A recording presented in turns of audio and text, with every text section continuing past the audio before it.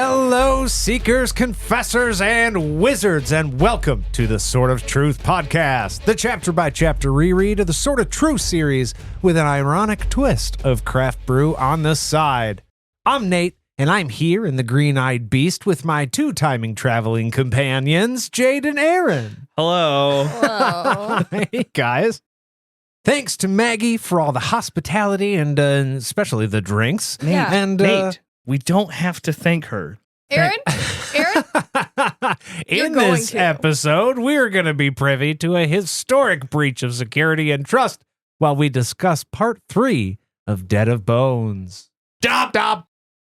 The bad part about that is we always say it so loud. I can hear it like breaking the level in the headphones, so I can only know what that's going to sound like when we edit it. It's going to worm its way into people's brains. Speaking of listening, for those of you listening along, the timestamps for this section of the book are going to be 1 hour and 2 minutes through about 1 hour, 35 minutes, give or take. I've abandoned all hope on giving you the actual page number because we've all now found out that depending on the size of the text, it's a different page number, unless you have the actual book. Then, Which we do, and we could have referenced. Nate, I don't know how to say this, but now that we're recording, I realized I should have probably just used those. it's canon in the podcast that we have the books. Yeah, we do. You We brought do. them here and gave them to Jade and I. So Well- also, hear me out. Ready? DoB. That doesn't break the levels. All right. Are we ready to get into this chapter? Yeah. Or part? Yeah. Or section? I have the drink I Or paid for. piece? All right. Here we go. When we last left, the first wizard Zedekis Zul'Zarander had just denied Abby's request to save the people of Pendleton Reach. After hearing this, Abby runs out of the first wizard's chamber, where we see her now. Okay. Yeah, she was very, very upset. Yeah, it wasn't a great end. And again, that was a part that you decided that we were going to end there because, and I quote, you wanted me to be sad. Yeah. Yep. Okay. I wanted you to be sad. Well, I needed you to feel the gravity of the situation. I did. I drank more beer For a whole... for a whole day. So now you're good and sad enough to keep going? I think it was a day. I've been having trouble with the timing here. I mean, it's got to be because of the portal stuff. I still don't really have a lock on where we are. I mean, I Yeah. know where we are. I just guess I it's- don't know yeah. when we are. Oh, yeah, good point. Well, I mean, they don't even say it in the book yet. We haven't even gotten like a solid date. That's always the problem with these timey-wimey things, okay? They never give you facts. They just brush right past it. So at the bottom of the steps outside the chamber, Abby collapses to the floor and sobs. The first wizard couldn't even be bothered to save a helpless child. What a piece of shit. Well, that's Yeah, I the mean, way she feels. Look, when you leave out details like she does, yeah, First Wizard sounds like a piece of shit. It's just the way she tells the story. She didn't lie. She just also didn't tell the truth. Right. Yeah. A sorceress puts a magical, comforting hand on her back, and when she looks up, she realizes that she's been crying into the lap of the mother confessor herself. Mm-hmm. But Mhm. Abby has made a bit of a change here. She doesn't seem to be afraid of her anymore, because at this point, like, what else is she going to do? Yeah, too much sad. Too much, yeah. No time for mad. No time for afraid. Too much sad. And we do actually get an image. In this image here, it was included in the book. The mother confessor and the sorceress are here. Our first look, I only saw the two people. But if you look, here's the third person. Oh. This is Abby. This is the mother confessor. And this is the sorceress. It's kind of hard to see because the foot here, I don't know who that belongs to. I thought that was Abby holding her sack, and that is the sorceress, or that's the mother confessor that's standing.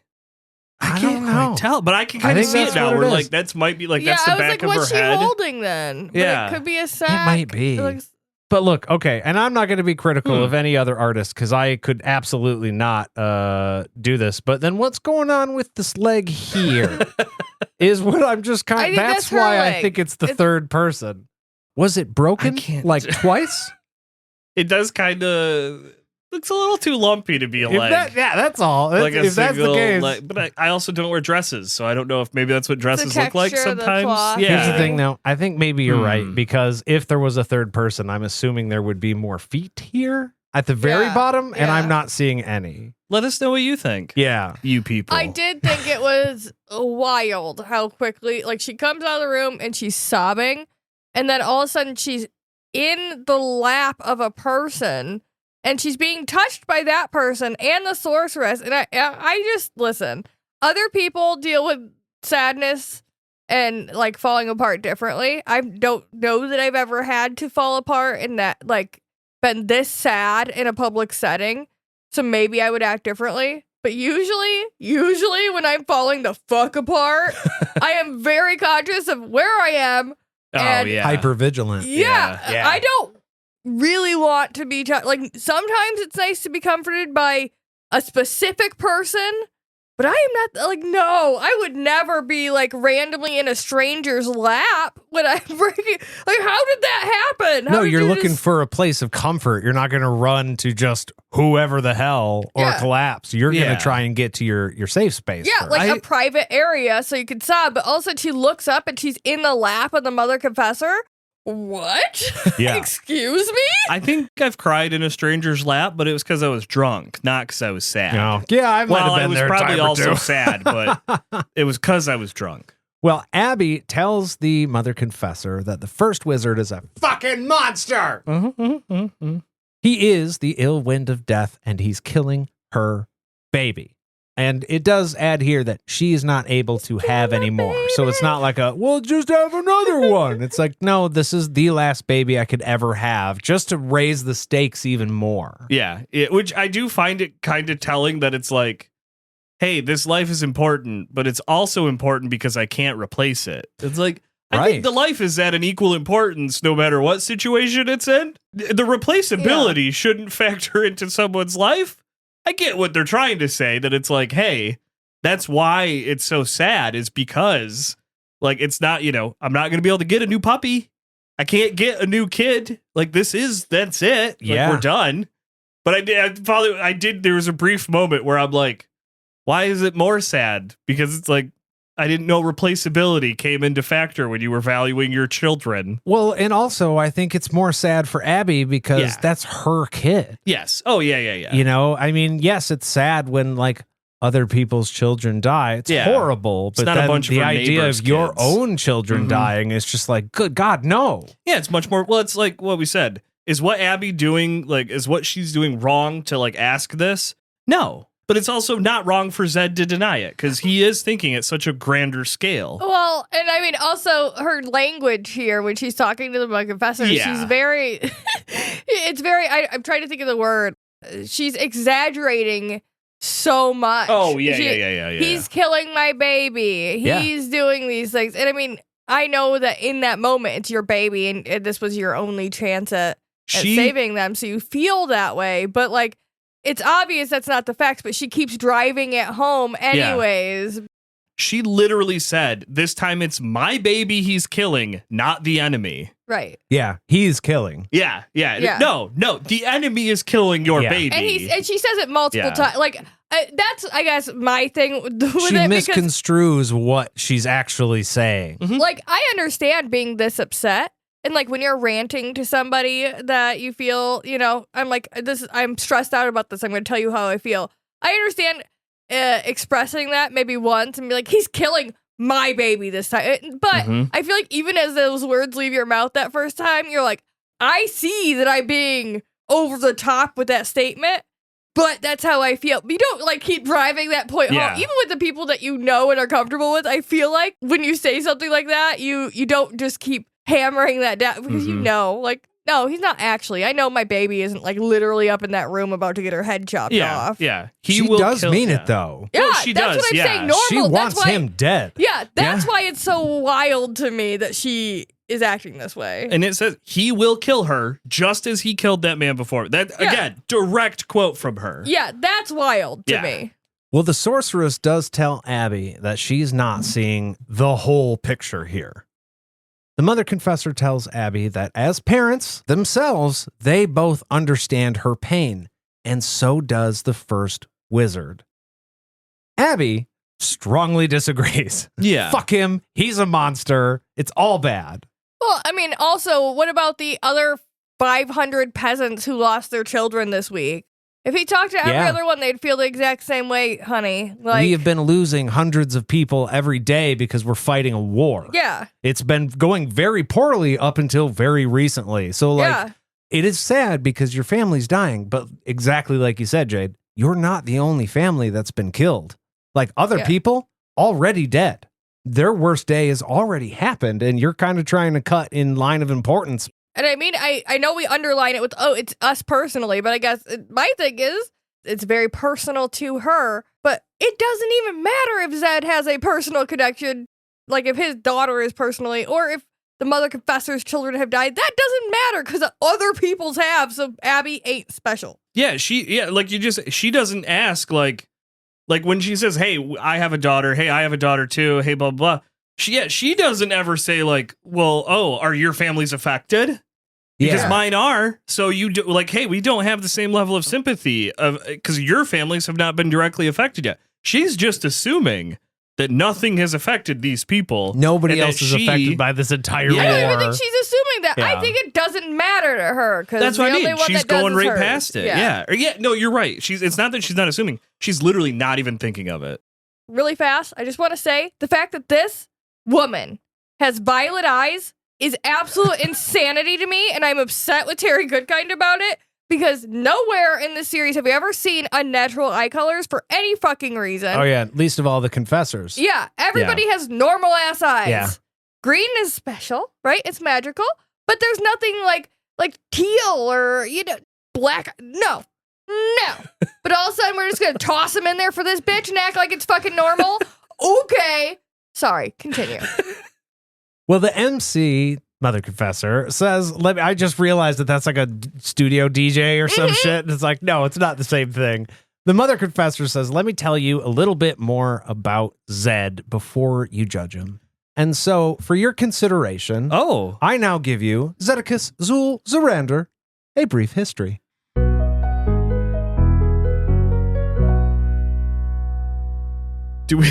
I do think that there is an MC version of this where it's like to the tune of Fresh Prince of Bel-Air. Oh, this is a now story. Let me tell you about a wizard. You just don't understand. So Zed, born of a wizard and a sorceress, he was curious about everything and was called Mischief on Two Legs. That seems to describe a young child, yes. Yeah, well, yeah, exactly. He was that rare kid who had a whole bunch of extra energy, you know? He was also considered a child prodigy, wielding great power only he seemed to understand how to do. So basically, like anybody, say, 10 years younger than us with a computer. Yeah. Totally lost. Yeah. You just wield great magic. I don't get how you do it, but it's on there. TikTok might as well be magic. Sure. When he got older, he didn't want to fight in the war until it was the very last option, which set him apart from a bunch of the people that he grew up with, right? Everybody was basically learning their skills to fight in this war. Zed didn't want to do it that way. Well, I'm assuming that's tied to the power that he has of like, hey, if you set me loose, bad things are going to happen to those people. Could very well be, like worse than getting stabbed with a sword. So only call me if it's a last resort. You, with a battle axe, can kill like we'll say 1.5 people at a time. I can kill thousands. Mm-hmm. So like me going to war is going to have a much greater effect than you going to war. Also, I'm going to kill so many more people. I wonder if he'll ever get a nickname that references that he can kill a lot of people at once. Well, I guess we'll never know it. Zed also was known for using his head and his heart, and he was named First Wizard for those reasons. Which I do find that, like, they said that set him apart, too. And it's like, really? Just a bunch of unsympathetic assholes are in this city? Look at this guy with fucking sympathy. Fuck him. Yeah. I'm assuming they mean, like, he was the only one that used his head as in heart that also wielded that much power.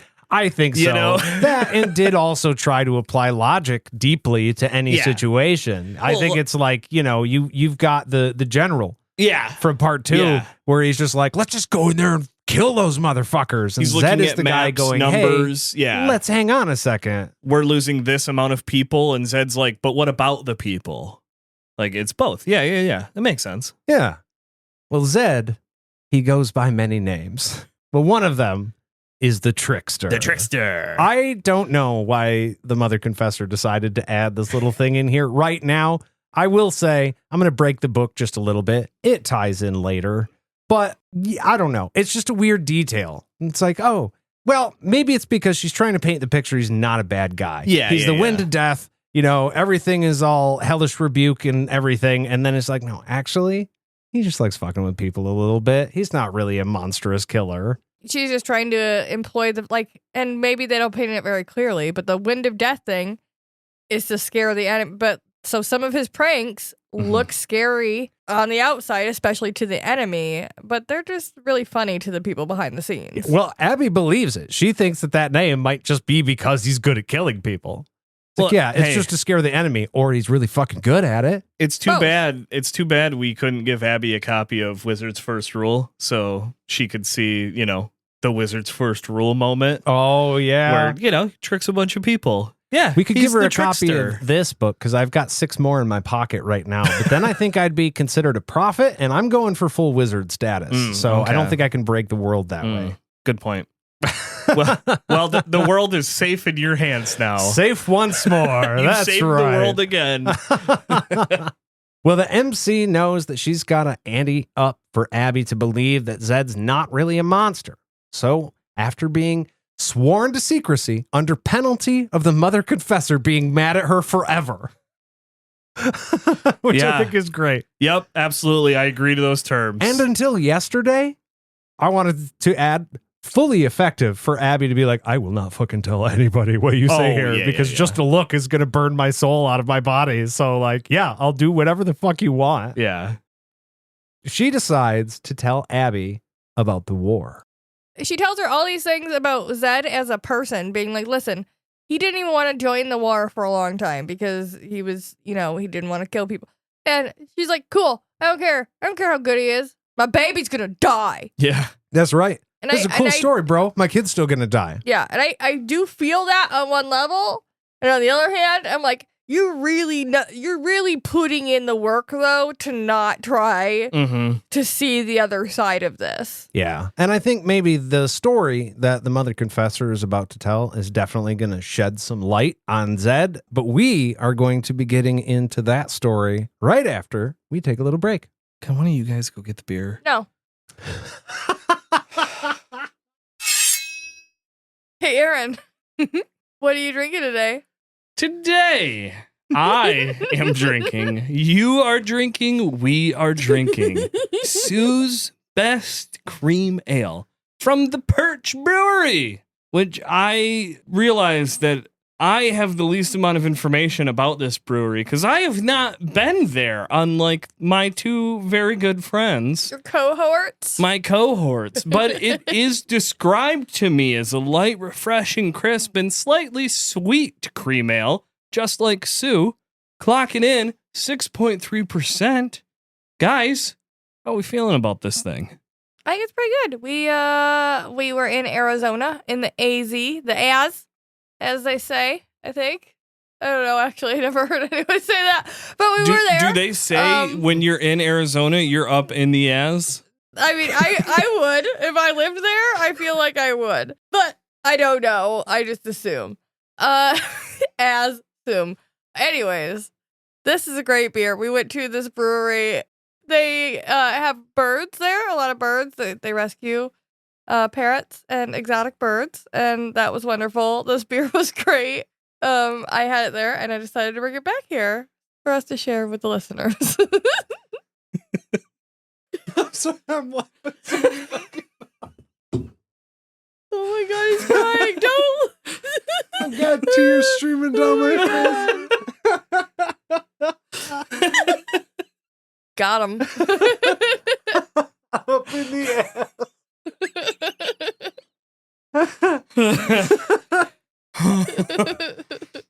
As the people of Arizona are known to say, When you're here, you're up in the ass. You're up in the ass.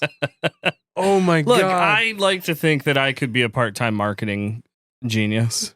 I think that's a fair assessment with what I can do. But yeah, I don't think it would be difficult to market this beer. This beer is pretty light, refreshing, crisp, and a little sweet. I mean, it's funny. It's a cream ale. I get a little bit of cream. It's almost just like a Pilsner with how light, refreshing, and crisp this thing is. Yeah. I could drink this all day long.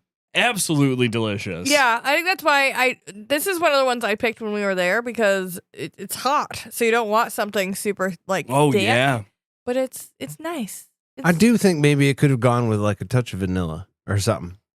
Yeah. Just to be more like ice cream, but that's not what this is trying to bit be. more cream. Yeah. Yeah. This is, like you said, it's crisper. It's Yeah. really good. Yeah, But it does got that little sweetness in it, though, still. So it's not just like, some light beers. I mean, it's 6.3. I mean, this thing would probably kick my ass if I tried to drink it all day, but I'd like to go down swinging. You said they kind of rescued birds. So I think we'll do this out of 10 feathers. I think I'm going to give this 8.5. I'm pretty high on this one. I would give it probably 7.5 feathers. I was actually going to go 7 feathers.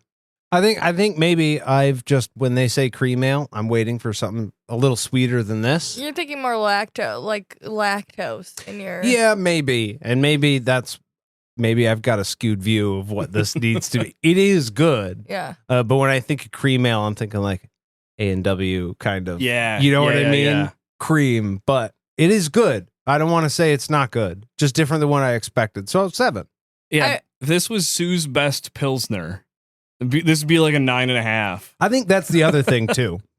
Just on the style. I did try a stout from this place. That was very much so like a porter. I think we might have that audio. That's what I was gonna say is that we will probably for our patrons have a little bit of a share session about the other beers that we did because I have a video of Nate describing himself talking about that beer and it's enjoyable and I wrote down some other things we had said in the moment and I had been drinking so it'll be fun to reread what I wrote at that time. I think we got ourselves a solid beer here, and I think we can get back into the next part of Dead of Bones that we're discussing. Hell yeah. You guys ready to get back into it? Maybe right about DoB? And we are back. And we're going to be talking about the war. I'm just saying, we will all get the beers quicker if one of you guys go. Speaking of I war, was gone you're the whole break. Going to start one here with poor Maggie. Listen, we don't know how long we're going to be here. We got to figure it out. Right, that's what I'm saying. Why can't she treat us with a little respect? She has. Not me. Because you've been a dick. Just no. She is going to end up making you pay for the bedded beer we're getting for free right now for keeping the rest of these patrons, entertained. Do you know and how I'm much? not giving you any of the money that I've gotten from anybody. Do you know how much exposure we are giving this woman? Zed married his wife, Erilyn, and had a beautiful daughter who was about Abby's age at the start of the war, which we know is not going so well. Yeah, well, I mean, it's sometimes wars don't go well. I mean, it's kind of a thing to expect. At some point, wars are going to turn. Like, very rarely in any sort of history has a war been started and ended where the one side won the whole time. Like, or no violence happened at all. Yeah, like you need to expect something to go wrong. You can lose a battle, you just can't lose the war. They're losing the battles right now. While all that was happening, Panis Rahl also decided to send shadow people. Yeah, those are the types of things that could make wars go bad for people. Yeah. Shadow people. Shadow people. The shapeless, made of magic, no true form, and unaffected by weapons, quote-unquote, people. Mm-hmm. If you've played Baldur's Gate, you know what they are. Yeah, oh yeah, those sons of bitches. The other bad thing about these shadow people, though, is if they touch you, they cause boils and sores, and then you die in agony. And to date, no known cure. Don't get touched. Don't get touched. Don't get the touch. No cure. There is a 100% effective preventative measure you can take. Wrap yourself in bubble wrap. Oh, yeah, 100%. Actually, no, they can probably go through bubble wrap. Oh, fuck. You're I fucked. have not seen bubble wrap since I got here. So That's a good point. That would be hilarious. Like Lord of the Rings, Rohan is just screaming down the hill, and then you see one of the horsemen just Pop, fully pop, wrapped pop, in pop. bubble tape. I got like in the middle of the speech.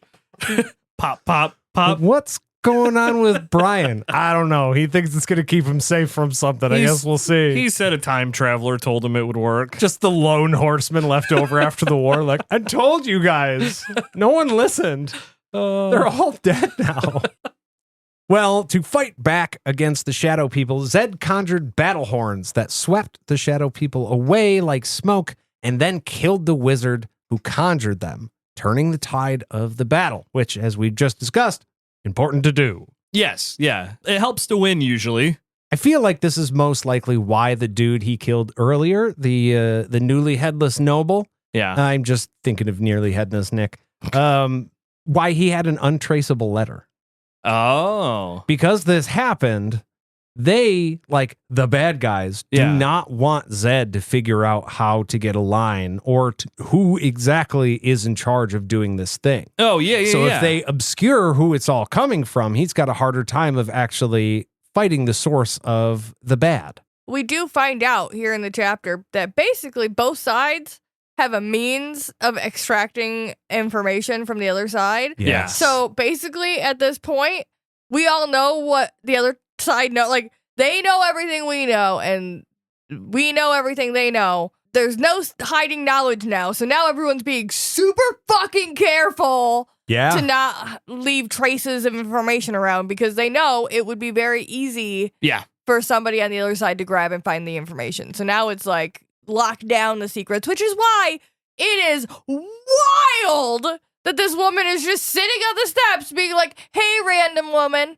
let me tell you all about what's been going on here personally and like nationally security wise. Yeah. Wild. It is kind of a weird turn. Well, I don't know much about emotions, but let me tell you something about the secrets of state. And on top of that, everyone is aware in this conversation that that woman is going to return home to a Daharan occupied force. Yeah. Who is clearly here for her people's best interest, who probably could maybe leverage this information. Well, although I guess up until this point, nothing's been revealed that the other side doesn't know. Right.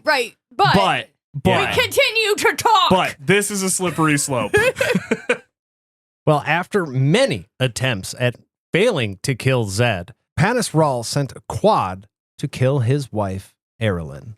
Oh. But instead of doing that, they did something much, much worse. They left Erilyn alive, but broken, bleeding, and in terrible pain. Ugh, this is so fucking rough. They also kidnapped Zed's daughter, who had seen the whole thing. And by the time Zed gets to Erilyn, she's only able to very quietly whisper his name. And then when he tried to heal her, there was something called a worm spell hidden in her or on her person somehow. And basically this spell is something that when you try to heal the person, that is going to be the thing that actually kills them. It's a trap. So in a weird way, it's like, I don't understand if they did enough damage to where she was going to die without him healing her, or if they had done enough damage to where it's like, look, she could just heal the natural way. Yeah. It'll take months and months Yeah. and months, and it'll be horrible, and she'll be in pain for the rest of her life, but she won't die if you just let her have the pain. Or if it's like, no, she is going to die. I have to heal her. It's my only choice. And then that's just the nail in the coffin. Yeah, either way, it's fucking terrible. I think that's what I think because they said she only had enough left in her to say his name. So I think she was slipping away. So she would have died either way had he not saved her. But they also made a point to mention that because of the love weaved in there, that tripped it as well. So there is a chance that had someone else done it, Mm-hmm. it would have been fine. Mm-hmm. But because he couldn't wait to save her, because that's his, I'm not going to wait to let somebody else do it. I'm just going to do it. You wouldn't stop to think about the situation. You Right. would just heal your fucking wife. Yeah. Yeah. Yeah. Then Yeah. that's ultimately her demise because somebody else could have healed her. It would have been fine. She could have died on her own. It would have been fine. But you are the one that caused it because you wanted to help her. It's why the bad guys are bad guys. They are willing to weaponize love. Or I believe, as we called it in the first section of this show, efficient tactics. But also, I feel like this is another version of dulling your enemy's swords. Dulling the old enemy's blades their on own the women whatever. and children, because he is the wind of death, but also he is a very heartfelt person, right? He leads with his heart a lot. So in doing this, not only have you probably crippled his ability to keep hurting people because he's fucking sad, but also you've kind of broken his empathetic side because I can't just heal people because look, the last time I tried to save somebody, I ripped my wife apart from the inside out. Jesus. So you're dulling his weapon. He can't work as effectively as he did before this traumatic incident. What's the best way to deal with the trickster? Trick him. Trick him. He tricked the trickster in a real fucked up way. Real fucked up. So my brain just made two real quick hops, and I'm sorry, but one of them's totally unrelated, but it leads to the related thing. Did you just go from the base of Hopper? Base of operations? Yeah. I just left the base of operations. My brain just did this. You tricked the trickster. And then I was thinking back about like 1990s WWE wrestling. You can't sting the stinger. And then that led me to Scorpion, which is an interesting animal that has a stinger, which led me to Scorpions, the band, who has what I'm going to argue is Zed's now favorite song, Rock You Like a Hurricane, because Zed is the wind of death. Whew. I need a beer, but it's not time for the beer break. So I'm assuming this is where we're going to insert a grandiose applause. Yeah. Oh, yeah. I would follow like that very completely. much. Hey, I don't know who else will get that or not get. Followed it every step of the way. I was That's with weird you, pal. for me. That's really weird. I'm just baffled. That was strange too. Because I feel like that's the type of thing that happens in my brain all the time. And then you're always looking at me like, why are you bouncing around so much? Until I just explained the middle I'm bit. That's what happened. Is that what happens in your brain when you're looking at me? Or is that something that's never happened before and you just had a weird thing happen to you that happens to me all the time? There is a reason that sometimes I do not And you answer just right away. tune out? And just because I'm doing thinking, stuff like that? I am actually thinking. It just takes my brain some time to get there because that's the kind of shit it does. It's the Hangover Zach Galifianakis gif, but it's your face, and instead of math and numbers, it's rock music metaphors. Exactly. Scorpion, sting, stinger. In wrestling. order for me to remember most other things, I got to get rid of a lot of lyrics that are just up here from high school. All right. Well, after this horrible, terrible, very bad, no good thing that happens to Zed's wife, he eventually finds all of the people responsible for it and kills them all. But he made them regret ever being born for a very long time before he did. I'm conflicted on the fact that you tied a children's book title into what just happened. You know, sometimes we have to make some things not as bad as they are, because if we really start to take apart how bad shit really is, there's just no way to smile through it. Zedekiah Zulzarander and his terrible, horrible, no good, very bad day. Is it wrong? I mean, I'm not thinking that he's not living his best life today. And then little Timmy. Look at the picture. Holy shit. It's fucked up. Well, it says for a very long time. Oh, he tortured the fuck out of them for many, many hours. Yeah. Yeah. Because if they didn't tell you where, like, if they couldn't tell you where your daughter was, or they just kept saying, I don't know, you're going to keep doing it until they're dead or they tell you. Yeah, you get angrier and angrier and angrier until you realize that you're just beating nothing out of a lifeless pulp of gooey flesh. Now, we wouldn't do that now because we would just call the police, right? But we can see why he would do it back in this day and age when there's nobody else, and he kind of is the police, right? He's the first person. Yeah, he's the head top person, guy. right? So that makes sense. Yeah, who's going to question him? Yeah, we would never do that in our situation. But but here. But we're not the wind of death. Right, exactly, Yeah. exactly. And If I Zed were the is. winds of death, absolutely would torture the fuck out of each of these people. And he did. Yeah. And also, Yeah. he learned that his daughter was being Yes. held captive, but he didn't find out where. That's why I'm saying you would keep going until you couldn't, because if they Yeah. couldn't give you an answer, it's like, okay, well, Absolutely. Oh, yeah. we're going to keep going until you can. And if you can't, that's the answer, right? We're going to Here's keep the going. thing, bud. You just told me about the worst thing that another human being could have told me. So I'm going to Yeah. torture you to death. You can tell me or not, but I'm going to be honest. You are going to die today. On There top is of- no hope for you. On top of the fact that these are the ones that not only snatched her, but actually broke all of your wife's limbs and you know, put the curse on her or whatever. Yeah, so. just destroyed your entire life. Yeah. I can't remember what movie or show it's from, but it's the thing where someone's torturing a bad guy to get information out of him, and it's like, I don't know anything else. And the guy just goes, I believe you. And then just keeps torturing him. Oh, yeah. Yeah. It's like, yeah, that. That's going to make this even more Yeah. fun. Yeah. I'm just doing it for my joy now. Oh, I don't need to worry about keeping you lucid and conscious. Fantastic. Got it. Let's go. Cool. Give me the size 6 pliers, please. Oh. I will just say the only thing that it does tell you, though, is that Zed is not Richard, because Zed is not a tracker. If he was a tracker, that's true. then he wouldn't have wasted time doing the torture. He would be like, you don't know anything? Cool, great, you're dead now. I'm going to go Stab. figure it out. Yeah. Yeah. I'm going to go hop on my wizard's rock and heal myself while I track your ass with a fucking snake cloud Right. until I kill you dead. Mm-hmm. Well, ever since then, Panis Rahl has made an attempt on Zed's life pretty much weekly now. Trapped in his home by Zed, because if he leaves, he's going to attempt to kill him. Mm-hmm. He sends Mord Sith, and he knows that Zed has a powerful spell up his robe sleeves, so Panis is willing to do absolutely anything to kill him. Abby asks if Zed wouldn't also do anything to save his daughter. Is it the underworld spell? Is that what we think is the powerful spell that's Yeah. up his sleeve? I believe Yeah. so. Panis at this point knows that Zed has something, might not know exactly what it is. Right, we know. But is assuming leaving his safe place because they've now just turned the tide of battle is not going to be smart. He might not have like an auto kill spell, yeah. right? Yeah. But Zed did something.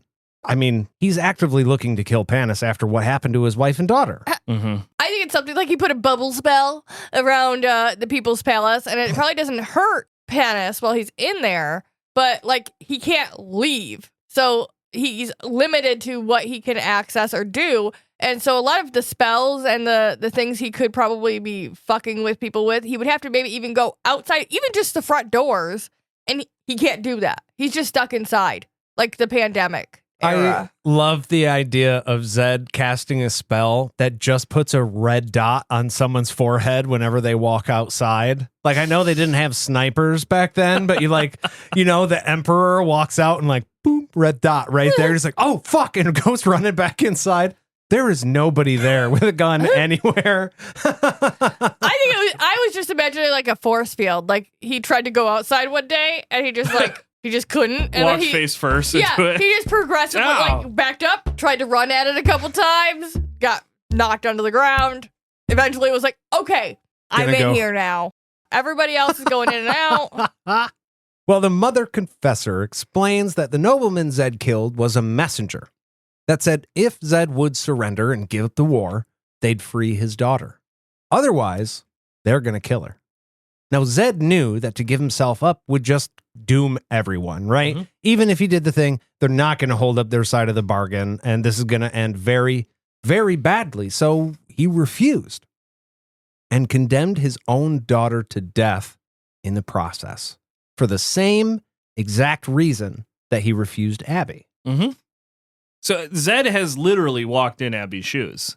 Yes. He's been in the exact same situation or he is currently in the exact same situation that Abby is in. Yeah. I mean, I know you want me to save your daughter, but look, I mean the thing that I said about we need to focus on greater good so much that currently my daughter is also in the hands of the enemy, and I'm not doing anything about it because if I do, just like I said, the rest of us are going to die. Yeah.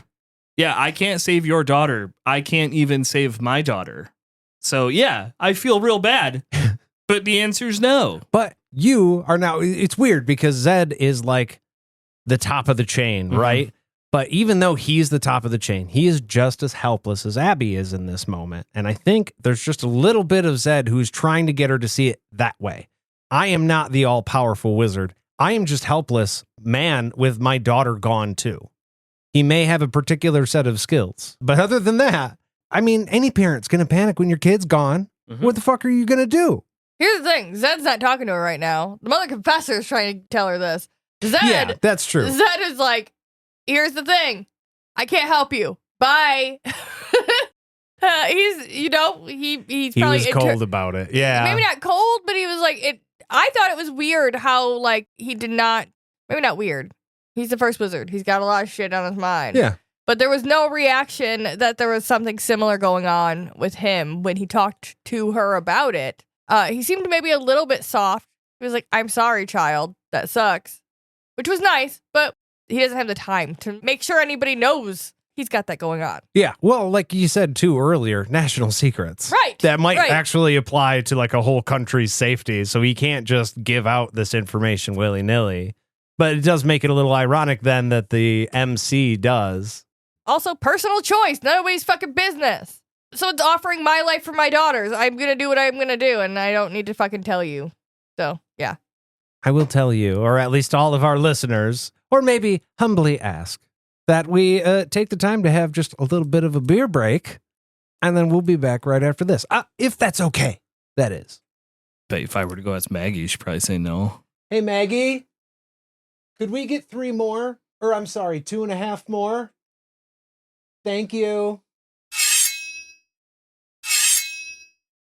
And we are back with the remainder of part 3 of Debt of Bones. Stop. Yes, Dob.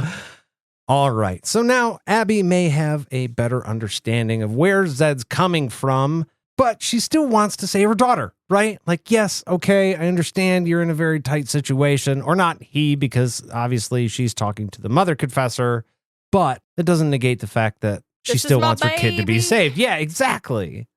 Yeah, I get he can't save his daughter, but that doesn't mean he can't save my daughter. Doesn't mean he can't Yeah. try to save mine. Yeah. It's not like he's busy saving his. Oh. Okay, the thing that I just said is what gets you killed. Just want to put that on record. If he doesn't give a shit about his daughter, he can give a shit about my daughter. Yeah, what if Zed was the one who told that story and she goes, so it sounds like you have time to save other people's daughters. Yeah, oh, fuck. In the back of her mind, she hears an echoed voice saying, I can still hear you. Oh, no. That really was a short story. Yeah. Boom, that was done. Don't talk shit. That's the lesson. Well, because she didn't get a chance to show the first wizard what she had in her bag, she shows the mother confessor the bone that she has in her bag and explains that Zed can test it to verify that it is actually a real, no shit debt of bones. I mean, she could have. Yeah, thank you. Like, Thank you for coming around to my thinking. here's the thing. In the last little chunk, we didn't know the bag was that important. Now Yeah. we do. You could have, if you couldn't talk, you could have just like, oh, I don't know what to say, but I will slyly put my hand in my sack and pull out my bone and be like, hey, look at my bone. Does Yeah. that look cool to you? Do you like my bone? But she said it wrong the last time. She Yeah. said, I have a bone debt, Yeah, which is, she we've needs all to agreed. yeah. You got to say the name of the book. Debt of Otherwise, no one bones. knows what you're talking Yeah. about. Yeah. Yeah. Yeah, she should have held it out and been like, do you like my debt of bones? Yeah. Does this change your tone? And seen how it went. Yeah. And then she wouldn't have even had to speak. He would have been like, what is that weird thing? The rhyme helped too. Yeah, that's what I thought. Yeah. Thank you. Well, even though they were skeptical, because a debt of bones is very, very rare, the mother confessor and the sorceress, Delora, by the way, that's her name, agreed to see the first wizard on behalf of Abby, but they can't promise anything. This is an after-hours visit. Yeah. They're just going to go have a talk with the guy that they work with and just say, hey. It sounds pretty sure, though, because Yeah. the one was like, I can't convince him. The other one was like, listen, if you say it and I say it, I'm just saying. If it comes from us as opposed to Abby. Yeah, it's Yeah. not coming Yeah. from two random people or the generals. It seems like these two women hold a special side of his ear. And so if both of them are pulling on it, he's going to lean that way. Yeah. I mean, that kind of makes sense to me, too. Like, hey, Zed, not saying you got anything wrong, but there's been a change of situation. We're not going to... Here's the thing. They set her up at an inn, right? They give her a place to stay. They give her food, you know what I mean, for the night. But they're going to go to Zed and just say, hey, there's been a slight change in the situation. Here's the extra information. Maybe, what do you think now? Yeah. It is interesting to me that the mother confessor asks if she has money to stay somewhere, kind of implying that if she didn't, she'd be willing to give it to her. Well, or that, or it's like, hey, we're going to offer to stay in the castle, but we're not going to tell her that's on the table if she has money to pay for her own Let room. her take care of herself first, yeah. Well, But what? Yeah. Just saying, maybe things change from this point to Kaylin's time, True. but in Kaylin's time, you can't even give a fucking loaf of bread, right? No. Yeah. Now, to your point, though, Nate, like what we're talking about here is that Abigail is saying this is a bone that was given to her mother by Zed. Like, this is not just a random bone. Well, Zed's father. yeah, we'll get into it. Delora walks with Abby through the market, making small talk, getting her some food and making sure she gets to the inn all right. She gets tucked in. She's had a long fucking day. Hopefully the sorceress is going to get through and the mother confessor are going to get through to Zed that night. She has her dinner, I assume, drinks like 3 really big ass glasses of wine and settles into bed. I can't get service like that. The only problem is that later that night, the door opens and a shadowy figure enters the room. Good thing we just learned about shadow people. Yeah, shadow people are great. Well, this shadow actually has a name, and its name is Mariska. The girl from Law and Order? Yeah, Mariska Hargitay. She just snuck in Abby's room. Mariska Hargitay to you too. Abby's immediate reaction is, wait, why the fuck are you here? Question, how the fuck did Mariska find Abby? Because she's a sneaky little old creepy person and probably followed her back from the keep. That was my thought. Do you think she just followed her? Yeah. Yeah. Old people don't have anything else to do.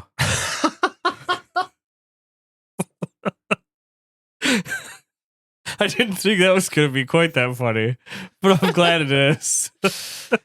I kind of can't wait till I'm old. It's like, I'm just here today. That's what are you my whole doing? plan. Whatever the fuck I want. Whatever the fuck I want. Oh, I'm going to be the best crotchety old man. It's going to be so fun. I'm over 60. Shut the fuck up.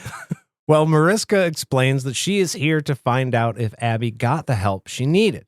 As we know already, she did not. She's also at first like, none of your goddamn business, which is absolutely the right answer to that question. Yeah. You fucking bailed when shit got real. I went in and made the request. This is none of your business. It wasn't your business to begin with. And this is my bedroom. Go away. I know we know names now, but this is not like the 1980s where we're like, well, my name's Bill. Oh, that means we're not strangers anymore. Like, no, I don't know who the fuck you are. I've known you a total of 1 hour. Yeah, and also you snuck into my room. Yeah. Creepy! Go away! That's a red flag, Mariska. Yeah, there is just a few red flags that have come up now. I don't know how you people do things in the city, but in the country, that's fucking weird and liable to get you killed. So. A big fat note from me. I would have invited you in if you would have knocked an ass. Yeah, no shit. Actually, no, I wouldn't, because we're not friends. Well, yeah, that too. Abby tells Mariska that it was none of her fucking business because, it was none of her fucking business. Yeah, it's personal. Right. When Mariska responds that's just going to be too bad for little Jenna. Yeah, with a sly smile with gap tooth missing that she was tonguing earlier. For little Jenna. Oh, God. Like that? I don't like that. Like that? Well, it's made So probably to make like you that, uncomfortable, right? I don't like it, though. And this gives Abby pause because, wait a minute. Yeah. How the fuck do you know about Jana? Yeah. That's her daughter that she has not fucking named yet. New. Well, I had no idea who it was. That's going to be a fucking problem. Yeah. On top of this stranger being way too in your business and now knowing more than you know that you've shared. No, she immediately starts getting, like, she makes a couple, she mentions Jana. She also makes a couple of, like, not specific references, but like, what about your city or something? Like, she makes a couple of vague references as well that she's like, you're being really specific about my problems that I didn't divulge. Yeah. Mariska knows a lot of specific issues that Abby is dealing with right now. And Abby has been a little tight-lipped about it. Yeah, absolutely not. Not okay. Go away. Well, this all crescendos when Mariska pulls a fucking knife on Abby. Mm-hmm. She waves it around and said she's leaving in the morning to go see little Jana. And if Abby can bring the first wizard to her, Jana will go free. Look, I don't want in on this nasty little plan of yours, but if it is going to have any chance of working, you need to at least wait to leave until I have my meeting. Well, I think that's what it was, right? She says, I was denied my help, which was, I mean, she was just trying to be kind of vague. And that's when this bitch like flips on her and it pulls out this knife. And it's like, you didn't deliver on your promise. It's like, bitch, who are you? Yeah. I am surprised by how Abby immediately goes, oh shit, okay, let me turn on it and be like, tell you, no, I have a meeting tomorrow. Yeah. Well, to Mariska's defense, which I don't like that this is a stance I'm taking, because I don't want to defend Mariska, but what Abby said is what you would say to try to just delay for more time. Oh, yeah. Like, no, I have a meeting tomorrow. She's like, why? He denied you. Why would you have a second meeting? Yeah. That's what someone who's trying to think, or that's what someone who thinks I'm dumb would say. Like, no, you don't have a meeting tomorrow. The first wizard doesn't see people twice. You just said he said no. Yeah. You're fucking lying. You're just trying to buy more time. No, you failed. We're done. But even in that case, like, if she was lying, then you know it's not going to work. Mm-hmm. So she's fucked anyway, and you're just off to murder a child. I just think it is wild because in my brain, and this whole time I was reading this book, and I feel like while I was there, I would be so wildly confused. Because I'd be like, you were here all day. I get you know a lot, so you probably are from the Daharan side, right? But how the fuck you're an old woman. How the fuck do you factor in? Yeah. How do you you're not a Daharan soldier. Can you explain to me who you are to them?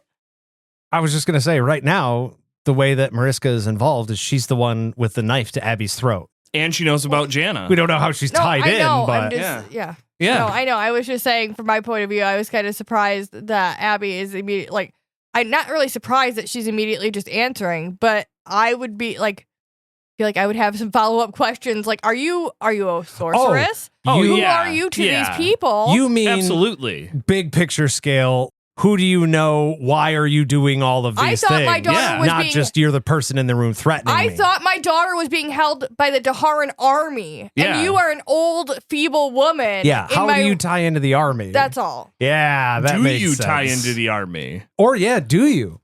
I never really thought about that doing my first read through because she just seemed like a bad from the very first section. But how does she know the army? How does any of this really matter to Mariska if I save my daughter? That was my question. I was just this is weird. Who are you? You're right. It is definitely weird. Are you a shapeshifter? What is your deal? Like, I'll answer you, okay? I'll give you whatever you need because I love my daughter. I don't want you to, like, but what? Yeah. Hey, I'm assuming shadow person. I took it literally when they said, like, a shadowy figure. Oh, like, she went from shadow to human? We just learned what shadow people are, and then we're told a shadowy person walks. She's a shadow person. And then it's like good kind goes, and here's a little bit just for you readers. They're actually 10 times worse than you think they are because they can also just be people. They're creepy. They're all creepy old ladies. Well, to ramp up the creepy and the terror, Mariska puts the knife super close to Abby's eye and tells her that if she's late, she'll cut one of Jana's eyes and then let her watch while Mariska cuts out her father's heart, the Faja, cuts out her father's heart so she'll know just how bad it's going to hurt when Mariska does it to her. What the actual fuck? That, I think that would hurt bad. Also, I kind of feel like this is I'm going to be a tough guy starter kit kind of verbiage. Oh, I'm going to do this just so you can watch, and then it's going to hurt so bad when I do it to this. I'm going to slice out your eyes and your balls, and then I am going to stick your eyes in your ball sacks, and then I will take your balls, and I will put them in your eye holes. And it's just like, I don't think you're going to do any of those things, Mariska. I think you got a big old club behind your shack, and that's the way it's going to be. I just want to say that this just leads to more questions for me. Again, I thought my people were just being used as fucking fodder in the army. Why am I being selected for my people to be personally tortured? And now we know that she wants to get the first wizard, and I guess there's that thread, but like there's some bigger conspiracy fuckery going on. That's all I'm saying. There definitely is. Well, after Mariska awkwardly, I got to imagine, it's like, all right, well, I'm going to go now. I guess we'll see you tomorrow. Don't fuck around. Yeah. Abby cries in despair and tells her that the first wizard has agreed to see her the next day because of the bone she carries. It's not a dumb fucking jug that I made. It was my mother's skull, and fuck you for making me feel bad about it. But Abby ultimately decides that she will bring the first wizard. Mm-hmm. Mariska warns her that if she doesn't bring the wizard as she's been instructed, then everyone will be slaughtered. And gives another Michigan goodbye, comments about the weather a few times, and slips out the fucking window while Abby cries herself to sleep. Does she go out the window? I don't know. I just like to picture it that way. That's wild. She does creep in the door. So she probably leaves out the door. Oh. Well, Okay. I mean, to clarify, it just says that after Mariska closed the door, she could have left through the window and then came back and closed the door. Mariska closed the door. And then she crossed the room and left through the window. Nate, You don't see me. I'm supposed to be smoke right now. can you find a happier time to pause in between these? Afraid not. These are bummers. By the way, speaking of bummers, if you said it, I just didn't hear it, so I apologize. We learned that the hair that the nobleman had was his daughter's, right? Yes, it was his daughter's hair. I take back what I said in the last episode about everyone being weird about the hair. That's not weird. I Well, look. regret saying it. You get a fidget spinner, you play with a D20, you got your phone and your doom scroll, and these are all normal things to do. When you just walk around with a lock of hair in your hands, like how long do you keep a lock of hair? You Well, got to yeah. wash your hair normally at least a few times a week. Like, is it just greasy? Have you had this for months? What are you doing with hair? Well, yeah, when the nobleman had it, it was weird. But when Zed had it, it wasn't weird anymore. I called that weird. Yeah. Not weird. Then you kind of Not understood weird. why he had it. Yeah. Just wild. Yeah. Ugh. Well, if you wanted to let us know what you thought of this chapter or this episode, be sure to write in your journey books to podcastatt@gmail.com, or you can go to patreon.com/podcastatt and make a pledge of any amount. We've got tons of side quests, live episodes, and, just other general projects that we're working on there. There's a lot of cool stuff. I don't want to spoil the surprise. If that's not your style, you can always follow us on any of our social medias. We sure would love to see you all there. I want to thank each and every one of you for listening, and we'll see you real soon. Bye.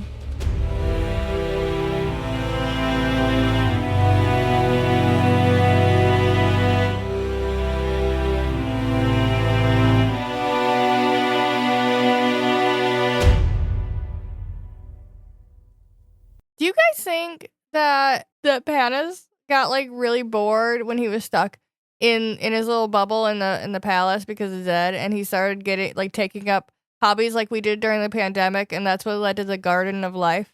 Like he was like, I just am so bored, I gotta take up some gardening. And he was like, I want to bring the out in because I can't go out there, so like let's make a fucking garden. That was his pandemic project. Yeah, He built a little garden. He built the Garden of Life. Look, it could be. It could very well be.